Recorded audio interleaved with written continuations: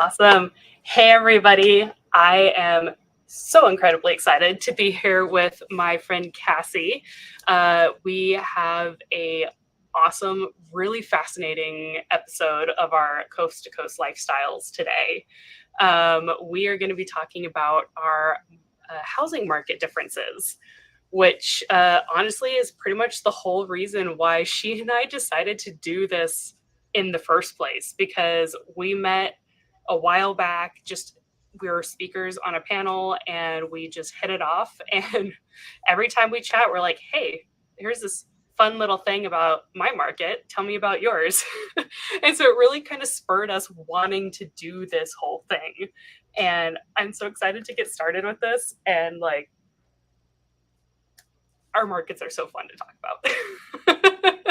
They are. And what's super exciting is like, guys, this is going to be like real life live. Like we are actually live with you guys. And we're going to be very authentic because we've talked about just in conversation, like we feel like that there's probably some pretty big differences in our stats, if you will, which I'll be talking about just to make it. We did kind of try to compare areas like kind of as apples to apples as we can. So I'm going to be going over market statistics for Harrison County, Mississippi. And then Heather, you're doing.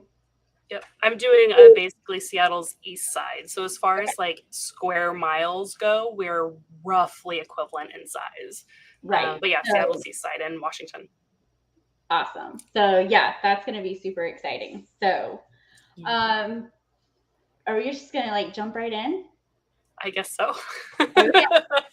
Hey, one thing for both of us though, interest rates went down just a hair like the last day or two. So that was super exciting. So okay, so I would say first let's look at our months of inventory. I don't know if we're gonna see a huge difference here. But basically the months of inventory, for those that don't know, that's how many months it would take to sell what you have actively on the market. So if generally in the real estate world over the history, 5 to 6 months is considered like kind of a balanced market. And if it's less than that, it's a seller's market. If it's more, it's the buyers.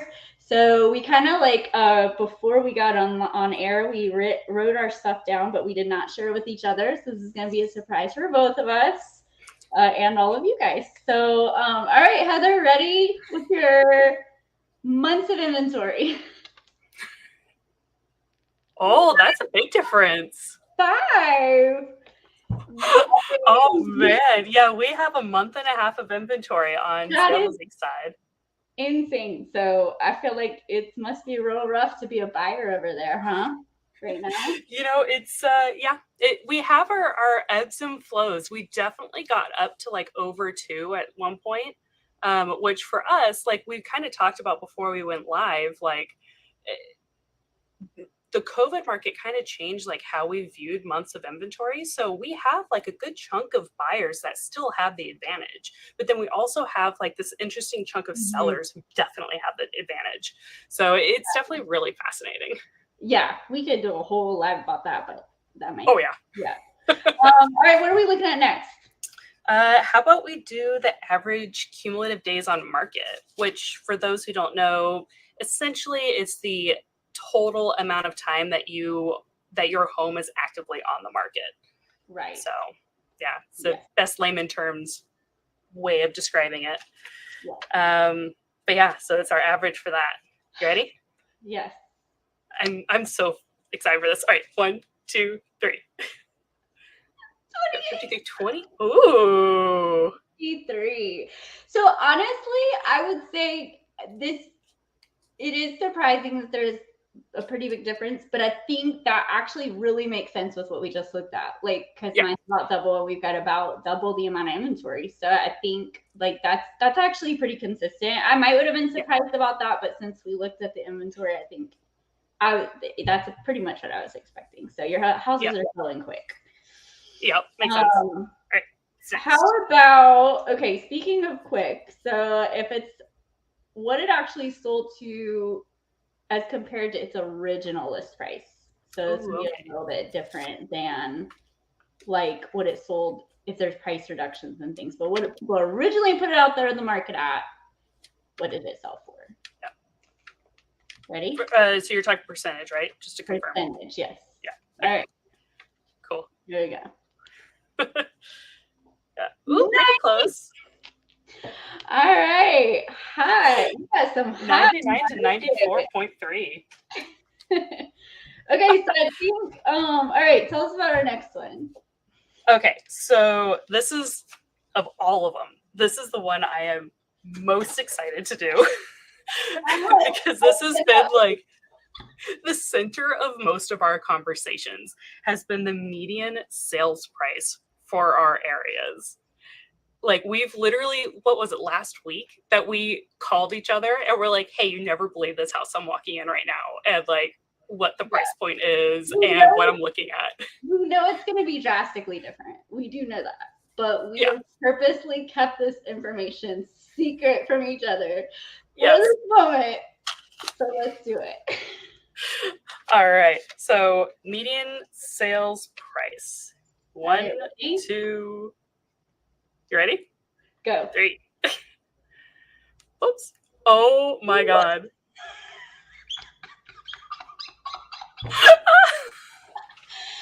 Oh. Okay, I knew it was going to be different, but oh my God. What was that 1.41? That's insane. So to be fair, I'm not gonna lie. I was thinking like, I don't know what I was thinking. I was thinking it yours would probably like double or triple. Yeah. So what was really funny? Oh, I just got really blurry. Why am I so blurry all of a sudden? I don't know. Anyways, I'll just keep talking while my camera decides to figure itself out. So I think you're focused on that. I think it's just in shock like we are, and your camera was just there we go. Just held it here. So what was really funny when Cassie and I were trying to decide on whether or not to like do county to county versus like area, like the amount of space. Mm-hmm. I was looking at my county numbers while we were still figuring it out. And by the way, King County is like, what did we say? Like triple or quadruple the size of your county as a whole? Yeah, our county is like 900 and something, and yours is what, almost 3,000, something like that. So yeah, it's a very substantial difference. Yeah. Yep. So for what it's worth, what I found really interesting is that, and for those who don't know the greater like Seattle, King County, East Side area, is we are like a really interesting mix of housing because we have farmland, we have city, we have low income housing, we have the billionaires that live here. Like we have a massively wide range of people in one county. And so when you look at the county's median sales price, we're actually at 800,000. So it's not as drastically different. But when you're looking, again, like we decided like the area equivalent, that area just happens to be where all the billionaires live, where all the techies live. And so that's one of the reasons that those prices are so drastically higher. So I have a question. Yes. Does Bill Gates live there? Yes. Bill Gates. Yep. Bill Gates. So this price includes like this. I feel like they could. I mean, I'm not besties with him, but I at least know. So all the big ones like Microsoft is there, right? Yep.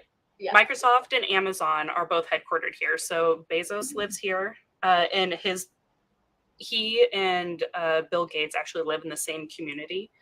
And then when Alan, I'm brain farting on his first name, but when he was still alive, the other Microsoft co-founder, he was in Mercer Island, so King County, but not Seattle's east side. So his wouldn't be in this region. But yeah, so that it's a little skewed because a lot of our money is on Seattle's east side. Mm-hmm.